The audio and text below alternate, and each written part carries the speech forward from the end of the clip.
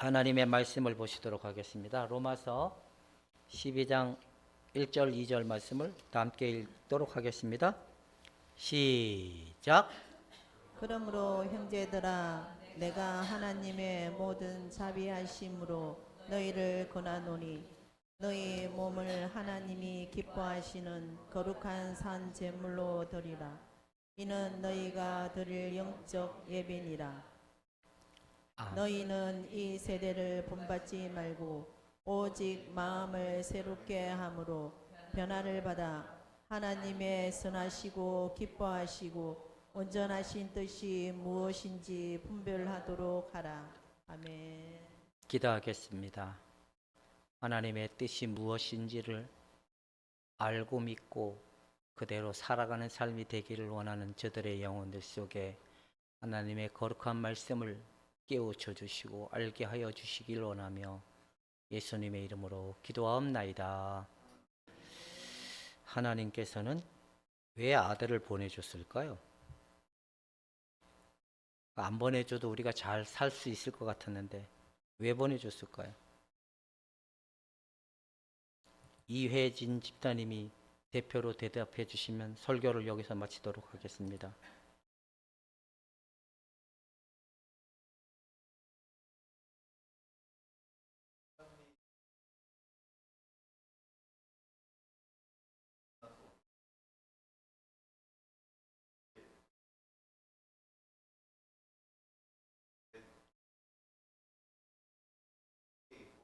음,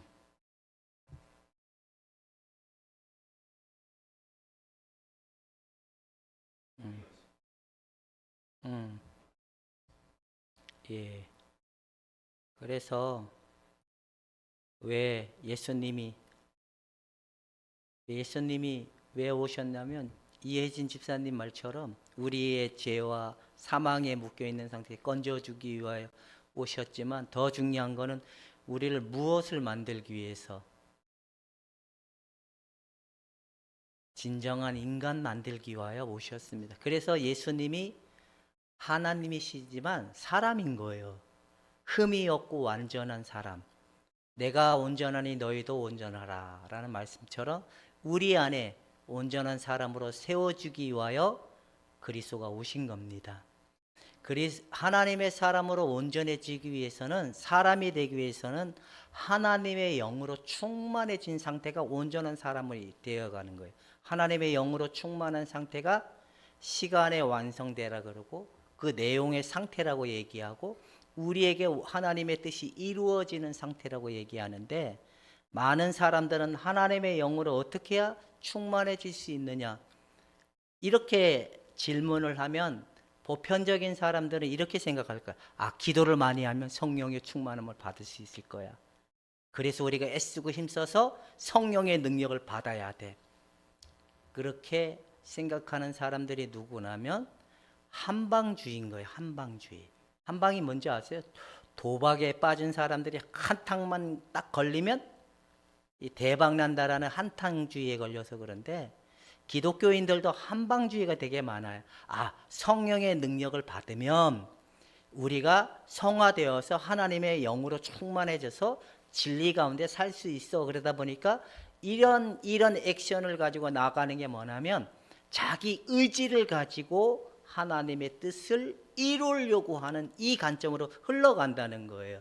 그래서 상당한 의지를 내세워서 순종하려고 하고 더 큰 능력을 하나님으로부터 받아서 내가 그 뜻대로 되려고 하는 이 관점으로 가는데, 이거는 영일까요? 육일까요? 나의 육을 위한 신앙의 모순밖에 되지 않아요. 그 속에는 진리의 성령으로 충만해질 수가 없어. 그 자체가 육이기 때문에. 그러면 율법일까요? 은혜일까요? 육이라면 당연히 율법이겠죠. 율법은 충족되지 아니하는 거짓말이에요. 그러나 은혜는 반드시 그렇게 되도록 되어져 있는 놀라운 효력이 은혜인 거예요. 이해가 됩니까?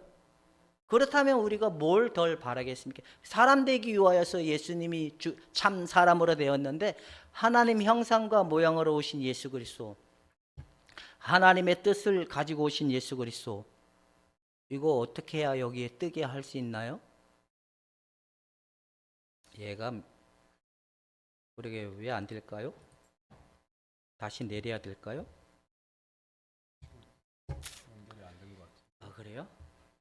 요거를 다시 껐다가 다시 파워포인트 그냥 얘는 하라 그러고 우리끼리 얘기 한번 해봅시다. 그렇게 하자고요? 예. 부담이 예. 들었는데. 신앙은 우리의 의지가 아니라 믿음의 순종이에요. 순종, 믿음의 순종. 그 믿음의 순종 그러면 여기 우리의 의지가 들어가냐 이걸 얘기하는 게 아니에요. 오직 예수님의 이루신 은혜를 우리가 믿고 받아들이고 그것을 인정하는 상태가 순종인 거예요.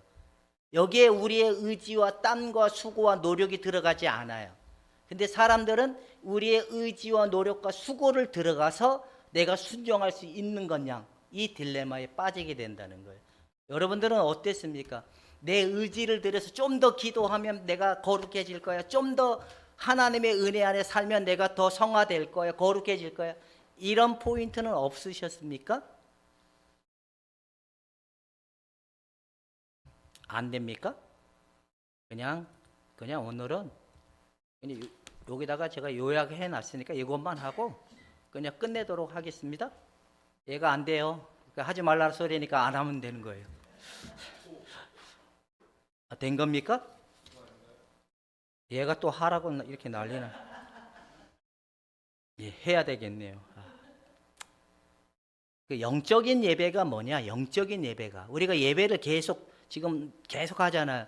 예배를 통하여 그 하나님의 그 온전하신 뜻을 우리가 알아가고 깨달아져서 예수님으로 변화되는 것이 예배라 그랬잖아요. 예수님으로 변화되는 게 예배인데 사람들은 예배하면 찬송하고 기도하고 말씀 듣고 그다음에 또 뭐 하고 밥 먹고 집에 가고 그거는 예배 구경꾼인 거예요. 근데 예배자는 예수님의 죽으심과 부활하심에 참여하는 것이 예배인 거예요. 이해가 됩니까?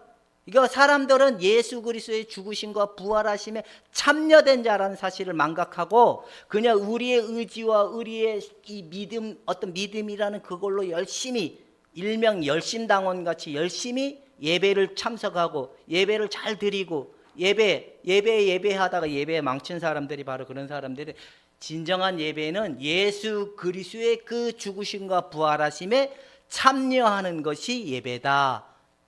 한번 해봅시다. 예수 그리스도의 죽으심과 부활하심에 참여하는 것이 예배다. 시작.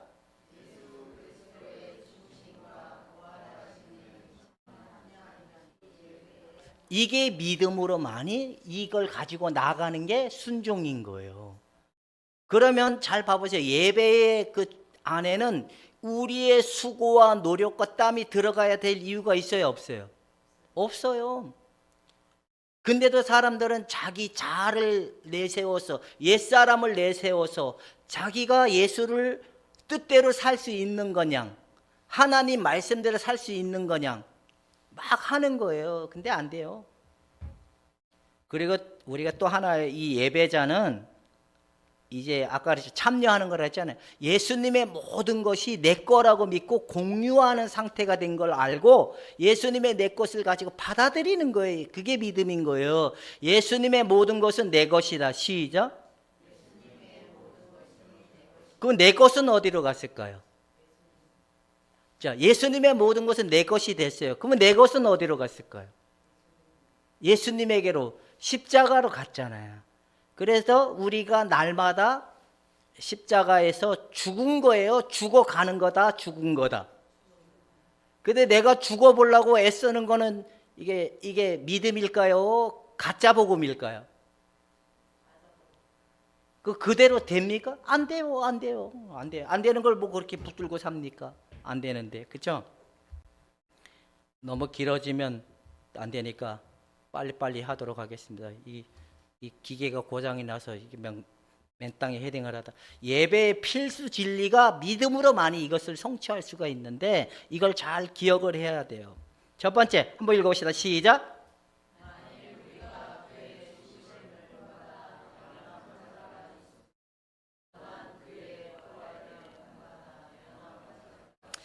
예수와 내가 하나라는 거예요, 둘이라는 거예요? 이미 십자가를 통해 하나가 됐다는 거예요. 근데 하나가 아니고 자꾸 둘이라고 생각하니까 둘이라고 생각하는 순간부터 뭐가 나올 거예요? 내가 나올까요? 주님이 나올 거예요? 내가 나와요. 근데 하나라고 생각하면 이거 내 안에 있는 게 나오는 거는 다 이미 십자가에서 처리된데 이걸 인정을 안 하면 걔가 힘이 엄청 세지거든요. 두 번째 또 뭐 시작.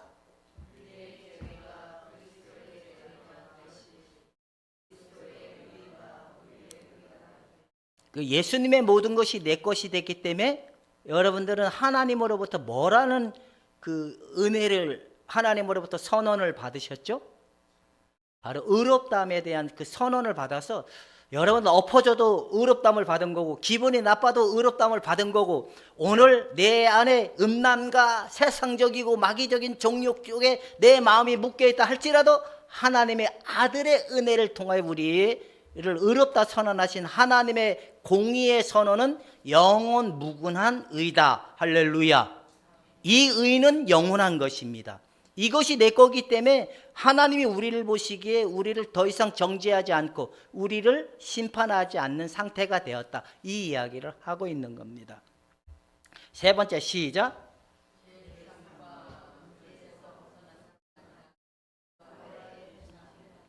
재처리가 됐다는 거예요, 안 됐다는 거예요? 근데 여러분들은 죄를 여러분들이 처리하려고 합니까? 아니면 뭔가 기도로 처리하려고 합니까? 아니면 뭔가 그 심리적으로 처리하려고 그럽니까? 아니면 그냥 참는 걸로 이렇게 수행을 통하여 죄를 처리하려고 합니까? 여러분들은 죄와 사망과 율법의 모든 것들이 예수님이 처리된 상태의 믿음이 반드시 있어야 돼요. 여러분들 안에 죄는 여러분들이 해결할 수 없습니다. 예수님이 십자가에서 처리된 상태임을 우리가 믿어야 돼요. 그래서 여러분 안에 그러나 예수님이 이미 십자가에서 죄 처리해 줬지만 아직 우리 속에는 죄성이 남아있다 안 있다? 이게 바울의 핵심 논리의 신학의 가장 큰 틀은 이미와 아직이라는 틀인 거예요. 그렇다면 이미 우리는 하나님 나라 안에 들어왔고 아직 영원한 하나님의 나라가 아직 우리에게 오지 않았다. 이 관점을 계속 얘기하고 있는데 사람들은 권세에서 벗어났는데 자꾸만 자기가 힘으로 벗어나려고 하니까 문제라는 겁니다. 요한복음 15장 5절에서 예배자의 특징은 이렇게 설명해요. 바로 가지라고 하면서 내가 저 안에, 저가 내 안에. 그래서 예수님의 것을 우리가 공유하고 예수님의 것을 받아 먹는 형태가 신령과 진정으로 예배하는 첫 모습인 거예요. 예수님의 모든 것을 믿음으로 받아 먹을 때 우리의 영이 충만해지는 거예요. 할렐루야. 이거 빼고 기도 세게 빠지게 해봐요. 누구만 더 세질까요? 내 고집만 세지는 거예요. 절대 그렇게 되는 게 아니라 예수님의 십자가의 죽으심은 내 것이고 예수님을 통하여 나에게 선언된 의는 영원한 것이고 하나님 아버지의 사랑은 나에게 변함이 없다라는 그 확실성을 가지고 이제 내가 예수님께 붙어있고 예수님의 모든 것이 내 것이라는 그 믿음을 가지고 공유하고 받아먹기 시작하면 우리 안에 일어나는 현상이 뭐냐면 성장과 변화와 거룩이라는 겁니다. 이해가 되시는 분만 엄지손가락. 안 되면 다시 한번 설명을 할게요. 이게 기본, 이 영적 예배의 기본 원리이고 가장 핵심적인 키워드예요. 계시록 3장 20절에 누구든지 내가 문 밖에 서서 두드리노니 그 음성을 듣고 문을 열고 들어가면 뭐라고 얘기했죠? 더불어 먹으리라 그랬잖아요. 우리는 예수님의 것을 받아 먹어야, 예수님의 것을 믿음으로 가지고 와야 돼요. 예수님의 것을 받아 먹어야 돼요. 그래야 영혼의 생수의 강이 흘러나오기 시작하고 내 영혼의 성숙이 일어나고 변화가 일어나서 진리의 온전함 가운데 세워지는 날이 우리에게 허락되게 되어서 온전한 사람이라는 호칭을 갖게 된다라는 겁니다. 그런데 맨날 그냥 주시옵소서 이러다 보니까 좋은 데다 자꾸만 달라 하니까 주님이 십자가에 또 죽어야 돼. 또 부활하셔야 돼. 다 이미 십자가에서 다 이루신 예수 그리스도의 그 약속된 언약의 효력은 영원하단 말이에요. 이 땅에 마지막 때까지의 그 효력은 영원한데 왜 자꾸만 주시옵소서 그렇게 받아야 된다라고 합니까? 이미 여러분들에게는 주어진 거예요. 받을 것이다, 받았다. 주님은 저기 계신다, 여기 계신다. 우리 안에 와서 이게 우리가 믿음으로 이걸 내 것이라고 믿는 삶을 가지고 나가면 예수님의 그 모든 이루신 은혜가 우리에게 들어오면서 우리의 영혼이 새로워지는 은혜가 일어나요. 죄는 점점 약화되고 나의 옛사람의 자아는 점점 힘을 잃어가고 세상적이고 마귀적이고 정욕적이었던 나의 이 지정의의 기능이 하나님의 온전한 뜻에 합당한 만한 거룩한 성화가 일어나는데 그 다음부터 일어나는 게 뭐냐면 주의 성령에 의해서 우리가 이끌려가는 삶이 되는 게 바로 믿음의 삶인 거예요. 우리가 하나님을 끌어당겨서 가는 게 아니라 우리는 하나님의 성령에 의해서 이끌림을 받는 삶이 진정한 믿음의 삶인데 자꾸만 사람들은 하나님을 내게 끌어당겨가지고 가려고 하니까 문제인 거예요. 나는 하나님을 끌어당기려고 했다 1번. 이거 하지 말라 그랬죠. 나는 하나님을 끌어당기려고 하다가 지쳐서 나가 떨어졌다. 하나님의 것이 내 것이라고 믿으니까 그 은혜가 너무 크더라. 여러분들은 전자입니까 후자입니까? 그걸 언제 알았습니까? 언제 알게 되냐면 이 예수님의 죽으심과 부활하신 영적인 예배가 참 무엇인지를 깨달는 순간부터 이게 되는데 안 깨달으면 맨날 이상한 짓만 하는 거예요. 자, 한 번 더 봅시다. 자, 한번 읽겠다. 시작.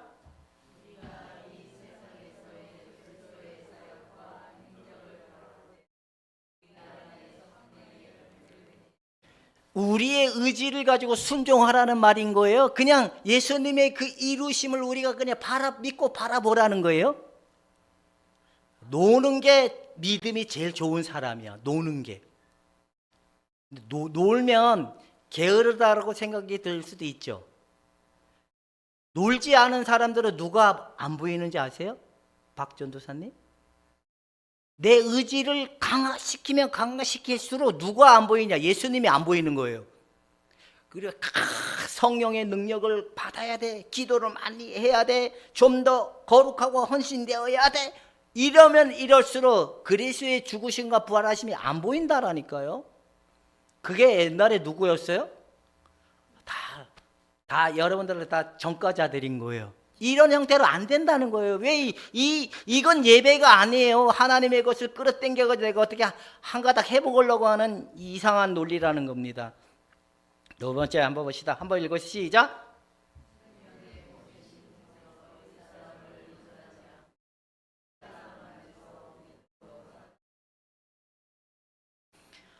잘 봐보세요. 각 사람에게는 성격이라는 게 있잖아요. 성격 안에는 9가지가 있잖아요. 9가지가. 그래서 성격 안에는 9가지가 있는데 이게 옛사람이란 말이에요. 옛사람. 이걸 가지고 이걸 계속 쓰면 진리신 예수 그리스도의 뜻에 합당할 만한 우리의 마음의 영혼의 상태가 되지 않아요. 이걸 멈추고 내 안에 이제 하나님의 그 영에 의해서 이끌림을 받는 철저히 이 1번 유형이고 뭐 9번 유형이고 4번 유형 필요가 없어요. 이거 쓰면 쓸수록 고집화되는 것밖에 없어요. 자기 의만 더 강화되고 하나님의 진리는 점점 도망가고 그런 현상이 일어나는 거예요. 여러분들은 나는 멈추고 주님이 하시면 됩니다. 시작. 잘 안 되잖아요. 안 되잖아요. 그래서 여러분들은 이게 자기 자신을 의지하지 마세요. 자기 유형 성격 이거 필요 없어요. 죽은 거예요. 그 다음에 또 보도록 하겠습니다. 자, 고린도전서 15장 49절에는 이렇게 얘기하고 있어요. 예배자는 반드시 그 하나님의 형상을, 하늘의 형상을 또 입어야 된대. 하나님의 형상, 하늘의 형상. 자, 한번 읽읍시다. 시작.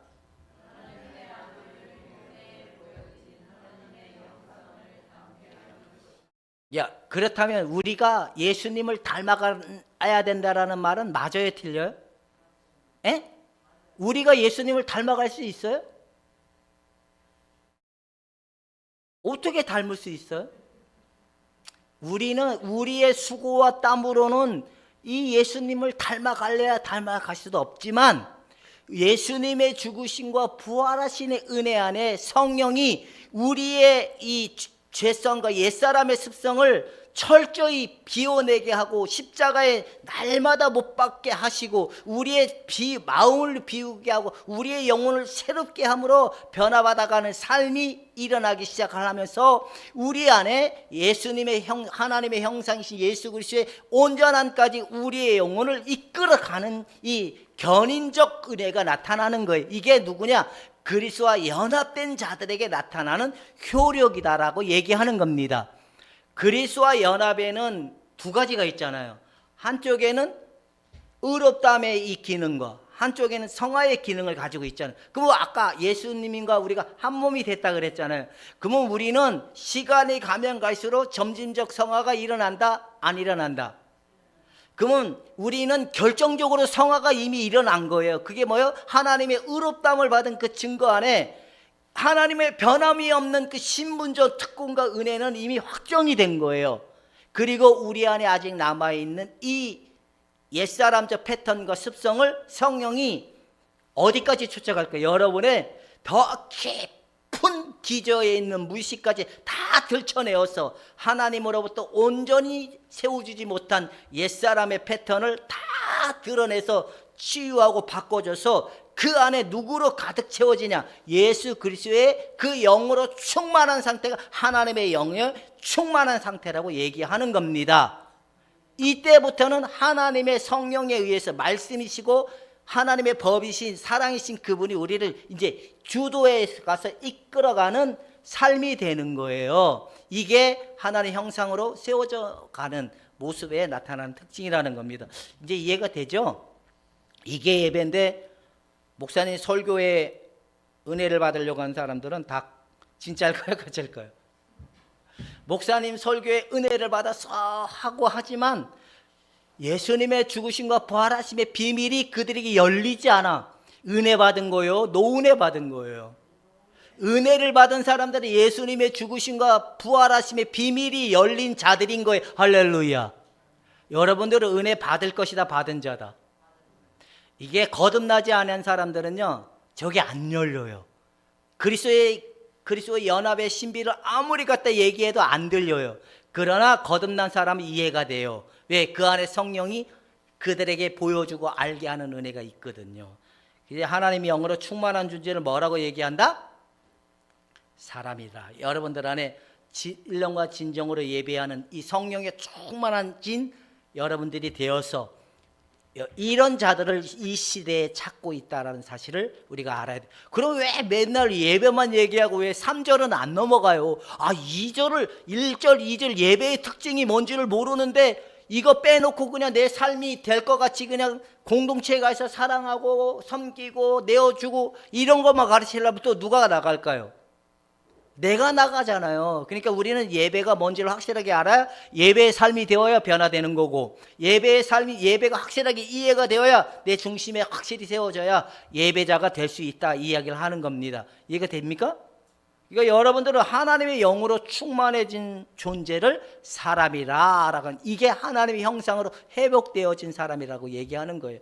그렇다면 옛것은 비워져야 될까요? 없어져야 될까요? 아니면 어떻게 될까요? 옛것은 쌍글이 비워져야 된다, 치유되어야 된다, 성화되어야 된다, 여러 가지 표현을 쓰지만 어쨌든 우리의 마음이 누구에 합당한 상태가 되어야 된다는 거죠? 하나님의 말씀에 받기 합당한 상태가 됐을 때 온전한 사람의 상태라 얘기하는 거예요. 그럼 여러분들은 짐승일까요? 사람일까요? 여러분들은 짐승일까요? 사람일까요? 그러면 인간일까요? 사람일까요? 인간은 자기가 주인 되어 사는 사람이 인간이고, 사람은 하나님의 뜻이 자기 안에 이루어지기를 열망하는 것은 사람이고. 왜? 하나님의 뜻을 알아가기 시작을 했으니까. 자, 사람은 누구로부터 채워져야 된다고요? 하나님의 나로 채워져야 진정한 인간의 근원에 나가 누구인지, 참 나가 만나진 사람은 이게 있어요. 참 나를 발견한 사람은 자유도 있고 기쁨도 있고 평안도 있지만 우리가 그 거룩한 자가 하나님을 볼 것이라고 지난주 얘기했잖아요. 그거는 하나님과 분리된 인간의 상태가 온전히 세워졌을 때 하나님을 볼 거라고 하는 그런 의미거든요. 우리 안에 하나님의 이 인간의 존재가 손상되고 분열되고 망가졌던 그 존재에서 그때 하나님 영으로 채워진 그 상태, 하나님을 본 상태가 되면 참 나를 만나는 거예요. 참 나. 근데 성격은 나라 그랬어요? 나가 아니라 그랬어요? 근데 많은 사람들이 이게 나라고 믿고 살아가지만 안 된다는 거예요. 어차피 만들어진 게 나가 아닌, 이건 부모에 의해서, 환경에 의해서, 어떤 유전자에 의해서 만들어진 게 성격이잖아요. 근데 진정한 나를 만난 사람은 어떻게 되는지 아세요? 나와 너의 관계는 사랑의 관계예요. 나와 너의 관계는 모든 인간은 근원은 이익의 관계라 그래요. 조건의 관계. 근데 이것이 된 사람은 나와 너의 관계는 사랑의 관계. 성경에는 한쪽만 사랑하라 그랬어요. 서로 사랑하라 그랬어요. 바로 이 상태를 얘기하는 거예요. 이해가 되십니까? 근데 우리가 우리 힘을 가지고 사랑하려고 그러면 미움, 다툼, 시기, 질투밖에 안 나와요. 왜? 그건 육의 성향에서 나오는. 근데 성령이 나오는 그 은혜는 사랑이잖아요. 사랑. 사랑이 상태가 된 것이 참 나를 발견하는. 그러면 여러분들은 여러분의 이웃과의 관계는 지금은 사랑의 관계입니까? 약간의 옛사람이 섞여 있는, 불순물이 섞여 있는 사랑입니까? 온전히 깨끗한 사랑입니까? 어쨌든 우리는 이 온전한 사랑으로 달려가길 원하는 게 예배라는 겁니다. 이 참 나를 발견한 사람은 버나드라는 사람이 있거든요. 그 우리가 많이 부르는 구주를 생각만 해도 이렇게 그분의 찬양이 우리 많이 부르는 가운데 있는데, 그분은 이렇게 얘기를 해요. 많은 사람들이 하나님을 사랑할 때 자기 때문에 자기를 이거 거듭나지 못한 세상 사람이라 얘기해요. 두 번째, 이제 여기에서 이제 거듭나기 전의 상태가 일어나는 상태가 조금 하나님에 대해서 만나지고 경험이 됐던 사람들이 나타나는 게 자기 때문에 하나님을 사랑한다는 거예요. 자기 때문에. 근데 여기서 이제 거듭나기 시작한 순간부터는 어떤 현상이 일어나? 하나님 때문에 하나님을 사랑하기 시작하는 거예요. 여러분들은 하나님 때문에 하나님 사랑하기 시작을 했죠. 아직도 나 때문에 하나님 사랑하면 이게 아직 내가 거듭나지 못한 상태를 표명하는 거예요. 그래서 하나님 때문에 하나님을 사랑하기 시작하다 보면 참 나를 만나는데, 그때는 하나님 때문에 나를 사랑한다는 거예요. 하나님 때문에. 이 사랑은 이기적이고 조건적인 사랑이 아닌 온전한 사랑인 거예요. 여러분, 이렇게 되기를 주님의 이름으로 축원해 드립니다. 그러니까 돼야 돼요. 예배만 맨날 드리면 안 돼요. 좀 더 자세히 잘못된 믿음이 뭔지, 예배의 특징은 이런 거라면 잘못된 열심이 뭔지를 한번 잠깐 살펴보도록. 첫 번째, 한번 많은 시작.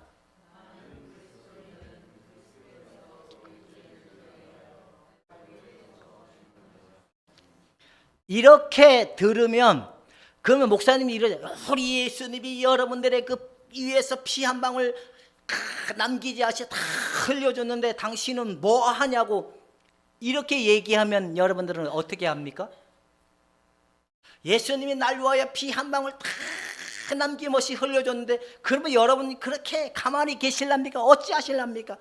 헌신해야 된다고, 순종해야 된다고, 예수님 따라가야 된다고, 예수님의 제자가 되어야 된다고, 이렇게 하다 보면 많은 사람들이 일어나는 현상이 이제 여기에 나옵니다. 우리도 성결, 순종, 헌신을 통해 그 은혜에 뭘 해야 된다고, 이런 패턴으로 간다는 거예요. 그래서 자꾸만 이런 순종, 성결, 헌신이 들지만 어디에서 헌신하라는 거죠? 어디에서?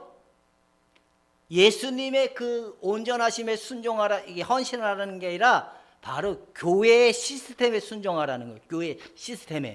교회의 시스템에 순종하려고 하지만 이들은 이걸 쫓아가다 보면 많은 사람들이 여기서 가져오는 패턴이 뭔지 아세요? 우리가 능력이 무지해. 우리는 능력이 없어. 그러니까 하나님의 능력을 받아야 돼. 그래서 제일 먼저 생각하는 그 단어가 뭐죠? 기도라는 거예요. 그 기도를 가지고 뭔가 자꾸 하나님의 능력을 가지고 와서 우리가 이렇게 그러니까 하나의 형상으로 세워져 가기를 원하는 이 딜레마로 가게 되다 보면 잘못된 열심히 30년 동안 어쩌면 50년 동안 종노릇하다가 끝날 수 있는 인생이 된다, 이 이야기를 하는 겁니다. 그 복음의 진수로 나가라는 저자는 30년 동안 이 짓거리를 했다는 거예요. 그 청교도 목사님인데 주여, 내가 오늘도 좀 더 기도하면 당신이 나에게 은혜를 주실랍니까? 내가 조금 더 헌신하면 주님 나에게 은혜를 주실랍니까? 주님이 하도 보다 못해가지고 야, 그걸로 안 돼, 나로만이 되는 거야. 그분이 그걸 깨닫고 이제 30년 동안 쓴 책이 딱 3가지예요. 복음의 진수로 나가라. 2번째, 내게 영원한 의가 있다. 3번째, 거룩한 길로 나가라. 근데 저번에 우리 여기 와서 밥 먹고 간 군산의 목사님이 복음은 나름대로 예수님이라고 이렇게 하면서 잘 얘기해요. 근데 그분의 딜레마가 뭔지 아세요? 더 깊은 하나님의 사랑은 어떻게 해야 세워질 수 있는지는 답을 못하더라고요. 이게 장성한 분량이 뭔지를 모르겠다고. 내가 잘난 체 했을까요? 안 했을까요? 얘기해도 안 될 것 같아서 제가 참았어요. 그래서 내가 늘 노골적으로 얘기해요. 제가 요즘에 간이 배 밖으로 나왔죠. 시발로 막 하도 욕을 하니까 유권사님이 저를 이렇게 내가 욕을 막 이렇게 욕을 하면 저 권사님 뭐라 안 그러니까 내가 더 심하게 욕을 하는 거예요. 목사 그러면 안 된다고 하면 내가 안 할 텐데. 근데 제가 노골적으로 그랬어요. 그 목사님은 그 너머의 하나님을 모르신다고.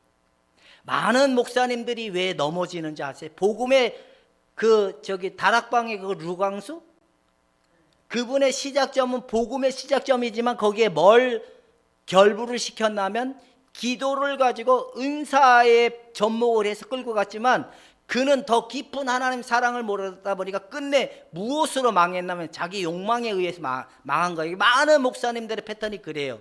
그 너머에 있는 하나님을 모르면 이게 안 되는데 이 능력이 나타나 봐요. 오죽하면 김순덕 권사님이 이상민 목사가 능력이 나타나지 않아서 너무 감사하다고 밥 샀잖아요. 자기 돈 들여가면서. 목사님이 똑똑했으면 저 교만에 빠져가지고 우리를 다 구렁텅이에 빠졌을 건데 능력이 안 나타나면 감사하다고. 지식이 똥자루만큼밖에 안 돼서 감사하다. 그래서 밥 얻어 먹었잖아요. 제가. 왜? 많은 사람들이 은사가 나타나고 지식을 겹하면 그 너머의 깊은 하나님 사랑을 모르다 보니까 자기 민변해 가지고는 인간의 타락한 본성의 깊이가 어느 건지를 모르다 보니까 거기에 결국에는 욕심에 의해서 넘어가지는 거예요. 여러분, 이스라엘 백성들이 왜 가나안 땅 가가지고 가나안인 된 줄 아세요? 하나님의 말씀을 40년 훈련받았는데 소용이 없는 거예요. 하나님 이걸 경계하시는 거예요. 여러분, 이스라엘 백성들이 그 북이스라엘은 망하고 남유다만 남았잖아요. 그래 끌려갔잖아요. 어디로 갔어요?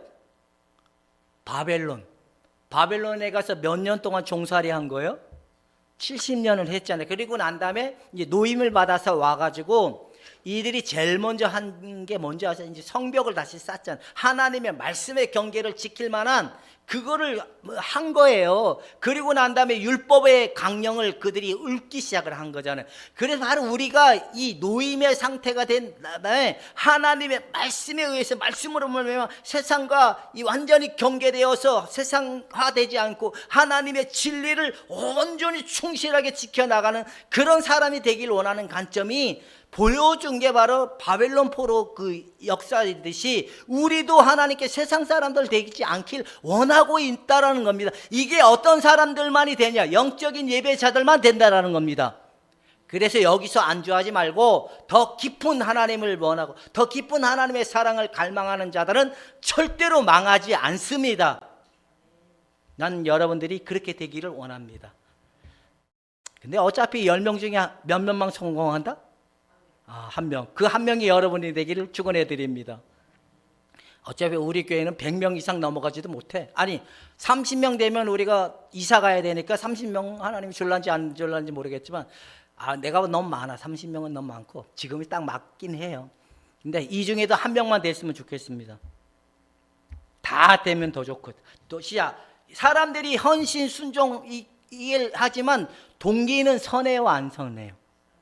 선하죠. 근데 그걸 뒤집어 보면 자기 의지, 자기 관점, 자기 목적, 자기 의지를 더 많이 의존하는 형태지만 그걸 뒤집어 보면 율법에 의한 헌신이라는 거예요. 율법에 의한 순종이라는 거예요. 율법에 의한 주님을 따라가는 거예요. 근데 그것도 안 된다는 겁니다. 사람들은 이런 형태에 되게 많이 빠지게 된다는 겁니다. 동기가 아무리 선해도 절대로 안 된다는 겁니다. 자, 동기가 선하나 행동은 하나님께서 원하는 것과 거리가 그러면 결론은 하나님이 기뻐하고 원하는 예배는 뭐예요? 예수 그리스도의 동참됨을 믿으라는 거, 함께 죽음을 믿으라는 거, 그리스도와 연합되었다는 사실을 잊지 말라라고 얘기하고 있는 겁니다. 그 사실을 믿고 나갈 때마다 예수님의 죽으심과 부활하심의 그 은혜, 효력이 우리 안에서 성령이 흘러나오게 한다라는 겁니다. 우리가 노력하고 땀을 흘려서 변화되는 게 아니라 예수님의 죽으심과 부활하심은 확실한 거기 때문에 날마다 새로워져가는 은혜. 오늘 2절 말씀이 마음에 그 새롭게 함으로 변화받아 하나님의 선하시고 기뻐하시고 온전한 뜻이 무엇인지 분별하라. 이 예배의 특징, 예배는 마음이 새로워져 가야 되는 겁니다. 여러분이 예수님의 죽으심과 부활하심의 동참을 믿음으로 하지 않으면 다 안 돼. 그래서 열심히 내는 사람들은 놀게 해야 될까요? 놀지 못하게 해야 될까요? 이게 봐봐요. 동기가 되게 선해요. 근데 하나님 기뻐하는 거 아니잖아요. 그러면 목사가 옳은 목사야. 똑똑한 목사, 정의, 하나님의 말씀대로 원하는 목사야. 그러면 그거 더 해야 된다고 가르쳐야 돼? 그만하라고 가르쳐야 됩니까? 근데 여러분 더 하다가 나가 떨어졌잖아요. 근데 주님은 그만하라는 거. 네가 하면 할수록 내가 안 보인다. 내가 이룬 십자가의 은혜가 너에게 가려져 안 보인다. 너는 멈추고 나를 봐라. 할렐루야. 주님 이걸 원하는데 사람들은 그 기도를 좀 더 많이 하면 은혜가 올 거야. 기도 많이 하면 내가 거룩해질 거야. 기도 많이 하면 하나님의 깊은 사랑을 만날 거야. 죽었다 깨어나도 안 된다. 이 이야기를 하는 겁니다. 노르세요. 어디까지 놀아요? 이래도 되나 할 정도까지 노르세요. 그러다가 십자가의 은혜와 부활하심의 은혜가 내게 확실하게 보여지면 이때부터는 하나님의 주의 일을 하라는 겁니다. 시작하면 되는 거예요. 이게 안 보이면 더 놀아야 돼요. 언제까지? 예수님의 죽으심과 부활하심이 내 거라고 믿어지기 전까지는 놀아야 돼. 내 거라고 보여주는 순간부터 이제 내가 누구의 일을 해야 돼요? 교회의 일을 하지 말고 주의 일을 알아가는 일을 하라. 이 이야기를 하는. 여러분들은 주의 일을 하는 자입니까? 교회 일을 하는 자입니까? 그러니까 주의 일을 시작점이 뭐라 그랬어요? 예수님의 죽으심과 부활하심. 내가 예수와 연합되었다는 사실이 확고히 믿어지는 사람이 이제 주의 일을 하기 시작하는 사람인 거예요. 이혜진 집사님, 이제 믿어지죠? 딴짓 하지 말고 이걸 믿고 가요. 자, 많은 사람들이 이걸 한대요. 하나님의 기도를 통해 성령의 능력을 구하려는 기도에 힘쓰게 된다라는 거예요. 이걸 이렇게 누가 했었죠? 대표로 김순덕 권사님이 자기가 했다라고 인정했습니다. 그 옆에 있는 따님도 한몫했죠. 바로 이거는 기도의 능력을 통하여 뭔가 하나님의 능력을 구해서 내가 그 진리대로 복음을 증거하고 복음을 가르치고 하나님 나라를 이루어 보겠다 하는 뜻대로 내가 그걸 위해서 내가 달려가겠다고 했던 이 포인트가 뭐냐? 예수님의 죽으심과 부활하심을 내팽개치고 끌어당겨서 누구의 능력을 끌어당겨서 하나님의 능력을 끌어당겨서 이 짓거리를 하겠다고 덤벼들은 지난날의 이상민의 모습이기도 하고 여러분들의 모습이다라고 얘기하는 겁니다. 이런 걸 하면 할수록 이상한 사람 되는 거예요.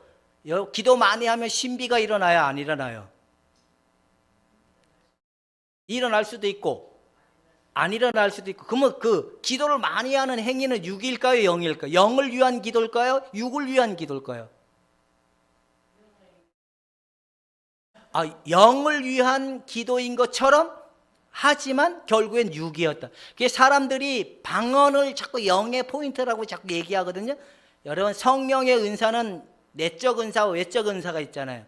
외적인 은사는 우리가 감각을 통하여 보여지고 들려지고 이렇게 예언 뭐 이런 거지만 내적인 은사는 뭐예요? 열매잖아요. 열매. 그러니까 기도 많이 하면 외적으로 은사도 나타날 수 있어요. 그러나 사랑은 안 돼요. 지식을 탐구하잖아요. 지식은 하나님에 대해서 설명할 수, 근데 사랑은 안 된다는 거예요. 여러분들이 기도로 땡기지 말고 예수님이 내 거라고, 예수님이 나에게 모든 걸 줬다고, 예수님이 이루신 내 거라는 이 믿음으로 한번 시작해 볼 수 있기를 축원해 드립니다. 기도를 많이 하면 망하는 겁니다. 기도의 정의는 이거잖아요. 아버지 하나님 앞에 아들 예수 그리스도를 통하여 성령의 능력으로, 기도가 우리의 위치이고 자세잖아요. 바로 우리의 믿음의 자세. 아버지를 예배하는 자들이 예수님을 통해 성령의 능력으로, 성령을 통하여 아버지께 예배하는 자들이라는 거예요. 바로 아버지께 예수 그리스도를 통하여 성령을 통하여 예배하는 자리라는. 그렇다면 잘 봐보세요. 예수님의 모든 것이 내 거라면 우리의 기도는 반드시 노답일까요? 응답일까요? 우리의 기도는 아버지가 반드시 들으시는 자의 위치에 우리가 이미 와 있는 거예요. 누구 때문에? 예수님 때문에. 그게 얼마나 기도가 쉬워요. 근데 사람들은 기도를 많이 해야 된다고 생각하니까 자꾸 그러는 거예요. 어차피 육을 강화시켜봤자 육의 열매밖에 안 돼요. 그러지 말라라는 겁니다. 기도는 필요한 것이지만 기도로 해결되지 않는다라는 겁니다. 그러니까 기도를 많이 하시는 분들을 만나면 좀 무섭기도 해요. 월요일 날인가? 어떤 집사님이 상담을 왔어요. 이분은 파이어의 하나님 그렇게 좋아하는 거예요. 막 그러길래 그러지 말라고 내가 겁을 줬어요. 그분이 방언을 하니까 하나님 만났다고 스스로가 평가를 하는. 내가 그러니까 방언은 무당들도 하고요, 스님들도 하고요, 저기 알라도 하고요, 각 종교들마다 방언은 다 있다 그랬어요. 이게 이분이 충격을 받았어요. 자기는 방언은 하나님께만 있다고 생각했는데, 아니 각 종교들마다 방언은 다 있어요, 나름대로. 근데 이분은 방언을 많이 하면 신령해지고 하나님과 소통이 된다라는 이 딜레마에 묶여 있길래 그러지 말라고. 그러니까 처음에는 막 그러더라고요. 그래서 이분이 그러는 거예요.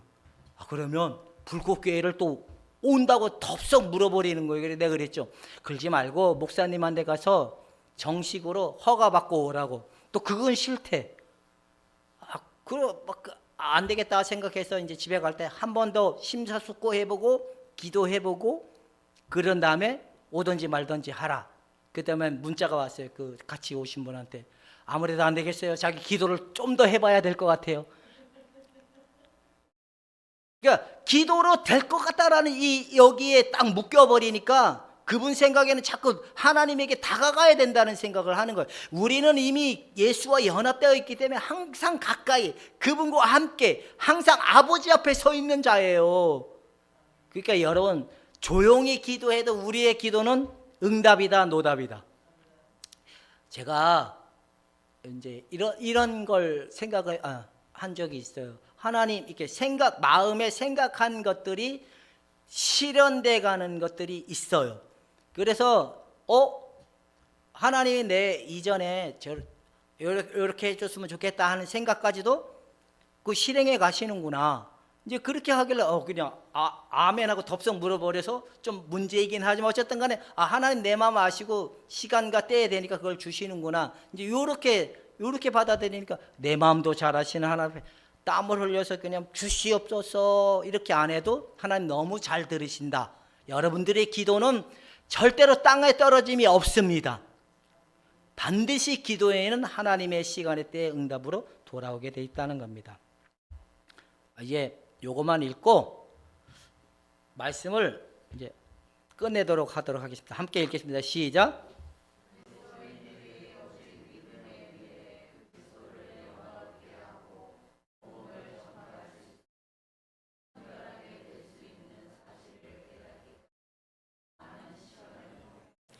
그리스도의 신비, 그리스도의 죽으심과 부활하심, 그래서 예수와 연합되어 있는 우리가 온전한 일치까지 일어나가는 과정으로 가는 게 예배라는 거예요. 예수와 우리가 연합이 돼서 온전한 우리의 심령 안에서 온전한 일치가 일어나는 과정으로 가기 위한 시간의 때가 예배의 삶이고 예배의 적이라는 거예요. 이해가 되죠? 그래서 이걸 모르면 사람들은 너무너무 많은 시간을 허비해요. 진짜 많이 허비해요. 그래도 여러분들은 허비 안 하잖아요. 그렇죠? 허비 됐지만 그래도 여러분들은 이 일치의 길로 가는 것이 쉬울까요? 어려울까요? 왜요? 이 길은 안내자가 없으면 못 간대요. 의지가 똥구멍 빈약한 자도 못 간대요. 그리고 몰라서 또 못 간대. 근데 여러분들 알잖아요. 이미 이 길로 가야 된다라는 온전한 하나님 사랑으로 이루어져. 이걸 가다 보면 이런 현상이 일어나는데, 몰랐다 나가 보이고, 더 몰랐다 나가 보이고, 또 뭐가 보이고? 짐승이 내가 보이고, 미친 나가 보이는 거예요. 그래서 결국에는 하나님께서 말씀으로 천지를 창조하시고 마지막 날 풀과 나무 만드시고 그 다음에 만든 게 뭐예요? 짐승이잖아요. 짐승은 푸른 풀밭에 다 지져밟는 하나님의 말씀이 하듯 우리의 속성 안에 있는 동물적 습성, 이기적이고 정욕적이고 막인 습성, 하나님의 진리를 짓밟아라 이런 습성들이 썬글이 다 정화가 되어서 하나님의 온전한 일치가 일어나야 그때부터 마지막에 사람을 만든 게 사람이잖아요. 우리도 온전한 사람이 된다는 건 우리가 마귀적이고 정욕적인 것들이 다 성령을 통하여 정화가 되고 성화가 되어서 온전한 일치, 그리스도와 온전한 연합, 이 우리의 영혼 안에서 일치가 일어나는 그날까지 가는 것이 진정한 예배자다라고 얘기하고 있는 겁니다. 어떻게 이제 예배가, 영적인 예배가 뭔지는 다 알았죠? 뭐 한 상을 보고 뭐 막 춤추고 막 이런 게 영적인 예배 아닙니다. 그거 망상이에요. 망상. 진짜 예배는 하나님의 뜻을 알아가고 예수 그리스도의 신비가 내 안에 실현돼 가고 하나님의 그 무한하신 사랑이 내 안에 발견돼 가고 회복돼 가는 게 진정한 영적인 예배다, 이 이야기를 하는 겁니다. 여러분들은 예배를 이렇게 알았습니까? 아니면 그냥 시간과 장소에 앉아 있는 게 예배라고 생각했습니까? 박미란 전도사님, 시간과 장소에가 앉아 있는 게 예배라고 했습니까? 하나님의 신비한 그 은혜 안에 회복돼 가는 게 예배라고 생각했습니까? 후자. 내가 보니까 한 달 동안은 찬송도 하지 말고 기도도 하지 말고 놀라 그래야 될 것 같아. 이제 이게 안 모르면요, 맨날 주님은 어디 계셔요? 우리 마음에서 하나님 만나야 되거든요. 하나님 만나러 가는 게 하나님 나라잖아요. 마음 안에. 하나님은 여기 있다 저기 있다 아니라 어디 계신다고? 우리 마음에 계신 하나님을 만나러 들어가는 게 바로 예배잖아요. 그게 지성소가 성소를 지나서 지성소에 들어갈 때 오직 뭐만 가지고 들어가요? 거룩한 대제사장에 위임된 거룩하고 흠이 없는 죄 있는 그런 상태가 없지, 오직 예수님의 것만 남아진 상태로 들어갔을 때만이 그 지성소의 예배가 되듯이 우리도 그런 상태가 됐을 때만이 예배의 진정한 모습이 볼 수 있다, 이 이야기를 하고 있는 겁니다. 이해가 되죠? 자, 그러면 나는 진정한 예배자가 되길 원합니다. 그렇게 원하시는 분들은 이렇게 한번 이렇게. 그러면 여기다 도장 다 찍고. 자, 그러면 이제 따라해야 됩니다. 따라하셔야 됩니다. 자, 한번 합시다. 가난해도 괜찮고, 내 미래가 열리지 않아도 괜찮고, 하나님 한 분만 원합니다. 예. 이게 얘기하니까 또 생각이 나요. 저 대학원 다니던 뭐 새끼가 저기 서울 장신대 요즘에 더 몰랐던 나가 나오고 더 몰랐던 나오니까 이놈 새끼가 자기 과거에 가난해도 못 모르고 고백을 한 거예요. 근데 자기 인생이 쪽박 찰 것 같은 두려움이 먹어오니까 막 이러면서 네가 신학을 한 게 억울하대. 아니야, 너희 이익을 위해서 신학을 한 거지 하나님을 위해서 신학한 거 아니야. 그럼 왜 시켰니? 네 살리기 위해서 한 거야. 그러면 나보고 어떻게 해? 너는 하나님 한 분으로 원해서 하나님은 너에게 계획한 건 하나님 자신을 너에게 다 주고 싶은 게 그분의 계획이야. 넌 그렇게 가도록 지켰어. 자기 옛날에 가난해도 괜찮다고, 자기 미래가 열리지 않아도 괜찮다, 그거 취소하고 네 이미 배 탔어. 그 순간 끝난 거야. 걔 가야 돼. 왜냐하면 그 아이는 이제 대학원까지 졸업을 했는데 그 아이들이 갓 태어나면 심장에 구멍이 생긴다면서요. 안 다친다면서요. 구멍이. 그게 어느 나이대가 돼야 이게 다친대요. 걔는 구멍이 열려 있는 것이, 자신방 우신방 이 사이가 열려서 오른쪽으로 들어간 피가 왼쪽으로 나갈 때는 깨끗한 피가 이렇게 머리로 이렇게 돌아가는 시발점인데 이게 섞이니까 이게 피가 둔탁해지니까 뇌경색 증상이 왔었거든요. 근데 수술비가 1,000만 원인데 경색 증상이 와가지고 흔적이 있다고 의료보험에서 300만 원 해준다는 거예요. 이게 너무 스트레스 받고 이러면 안 돼. 너 사역 그만해라. 안 해도 된다. 하나님 너 사역하라고 부른 거 없어. 하나님 사랑하라고 불렀지. 너 전도사 하지 마. 그럼 뭐 먹고 사냐? 봐봐. 뭐 먹고 네가 목적 때문에 네가 그 일을 하는 거지. 하나님 사랑해서 그런 거 아니잖아. 그러니까 그뭐 어떻게 사네? 아이 그냥 저 원룸에 가서 하나 얻어서 살아. 어디 공장 가면 그거보다 더 낫지 않겠니? 자기 인생이 하고 그거 억울해도 소용없어. 어차피 하나님을 위해서 한 건 하나도 없어. 다 지 이익을 위해서 한 거지. 사람들은 내가 하나님을 위해서 어쩌니 저쩌니 하는데 가만히 뒤집어 보면 다 자기 이익 때문에 하나님을 사랑하는 목적이 됐다라는 겁니다. 여러분들은 진짜 하나님만을 사랑하는 순례자가 되기를 주님의 이름으로 축원해 드립니다. 기도하겠습니다. 하나님 아버지, 신령과 진정으로 예배하는 자들이 되게 하여 주시옵소서. 그 삶의 부르심에 합한 자들이 되기를 원합니다. 주의 성령의 능력으로 이끌어 주시길 원하며 예수님의 이름으로 기도하옵나이다. 아멘.